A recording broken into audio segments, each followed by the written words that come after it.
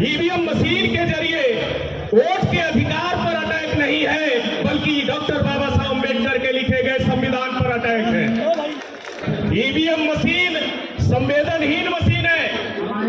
EVM machine संवेदनहीन machine है, electronic device है।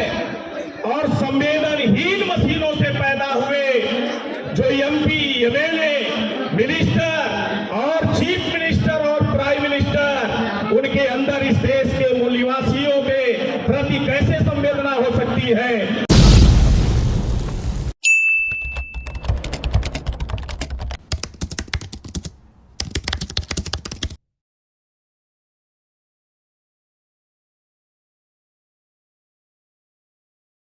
धन्यवाद साथियों। पूरे देश में ईवीएम के जरिए इस देश में लोकतांत्रिक और संवैधानिक मूल्यों को आज मनुवादी पार्टियों ने खत्म करने का काम किया।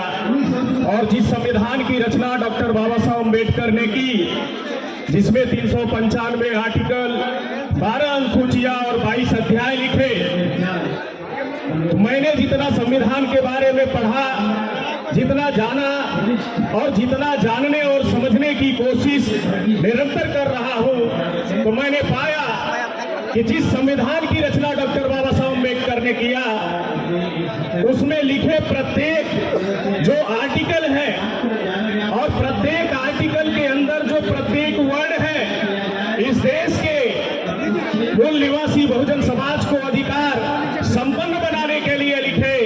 लेकिन ये ईवीएम से चुनी हुई सरकारों ने उसी डॉक्टर बाबा साहब अम्बेडकर के संविधान में पिछले 75 सालों में 400 से अधिक संविधान में संशोधन कर दिए। तो इन संविधान संशोधनों से क्या इस देश के मूल निवासी बहुजन समाज के अधिकारों में वृद्धि हुई?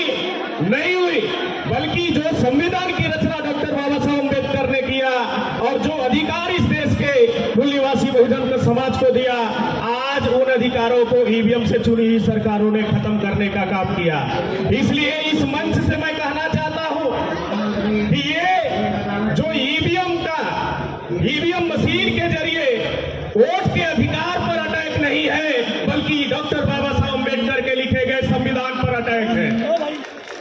ये ईवीएम मशीन के जरिए जो मनुवादी पार्टियां हैं, ये इस देश के मूल निवासियों के वोट के अधिकार पर अटैक नहीं कर रही है, बल्कि डॉक्टर बाबा साहब अम्बेडकर के लिखे गए संविधान पर अटैक कर रही है। और संविधान पर अटैक इस देश के मूल निवासी बहुजन समाज के लोग बर्दाश्त नहीं कर सकते।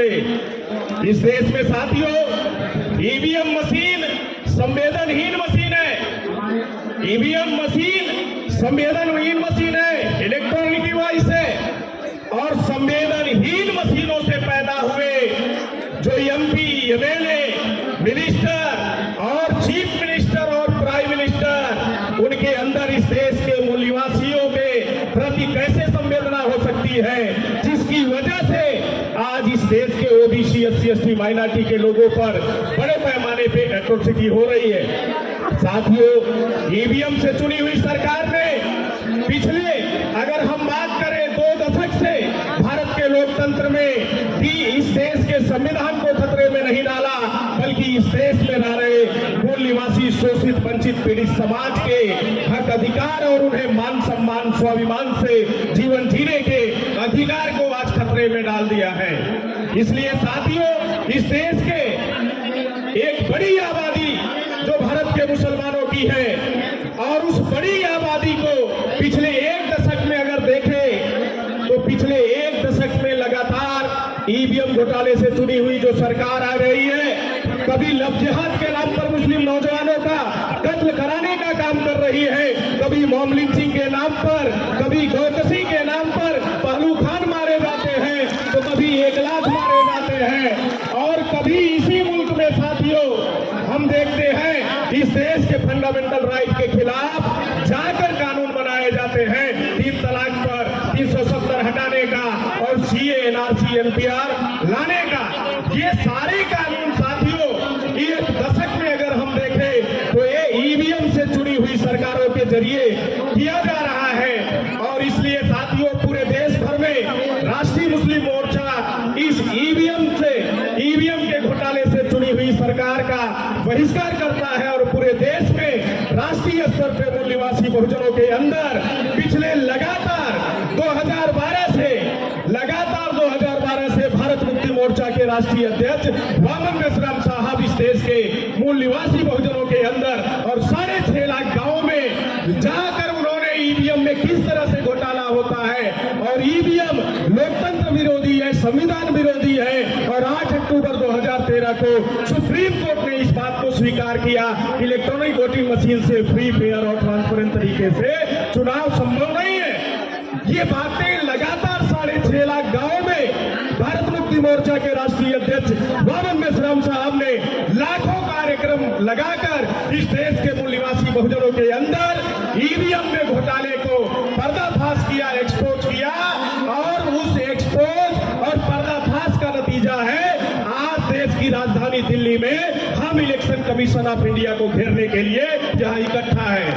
इसलिए साथियों, हमें आज इकट्ठा होके इस देश के लोकतंत्र और संविधान को खत्म करने वाले इस तंत्र को खत्म करने की जरूरत है और हम सभी लोग इस देश के मूल निवासी हैं। इसलिए साथियों, मैं कहा करता हूँ, हम सभी लोग इस देश के एक सभ्यता और एक संस्कृति और एक रक्त के लोग हैं, एक खून के लोग हैं, एक डीएनए के लोग हैं। इसलिए मैं कहा करता हूँ कि शेरनी की नस्लें कभी सियार पैदा नहीं करती, शेरनी की नस्लें कभी सियार पैदा नहीं करती, हम मूल निवासियों की माएँ कभी गद्दार पैदा नहीं करती।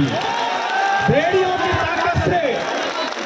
की ताकत से जो आरएसएस और बीजेपी के लोग हैं, इस मंच से मैं चुनौती देना चाहता हूं, भेड़ियों की ताकत से चीते मरा नहीं करते, भीम और बुद्ध और मोहम्मद के दीवाने किसी से डरा नहीं करते। हम डरने वाले लोग नहीं हैं, लड़ने वाले लोग हैं, संघर्ष करने वाले लोग हैं। साथियों, आखिरी बात नारे के साथ मैं समाप्त करना चाहता हूं। हम बोलेंगे एक नारा कि वोट की चोरी ईवीएम से नहीं चलेगी, नहीं चलेगी। वोट की चोरी ईवीएम से, वोट की चोरी ईवीएम से,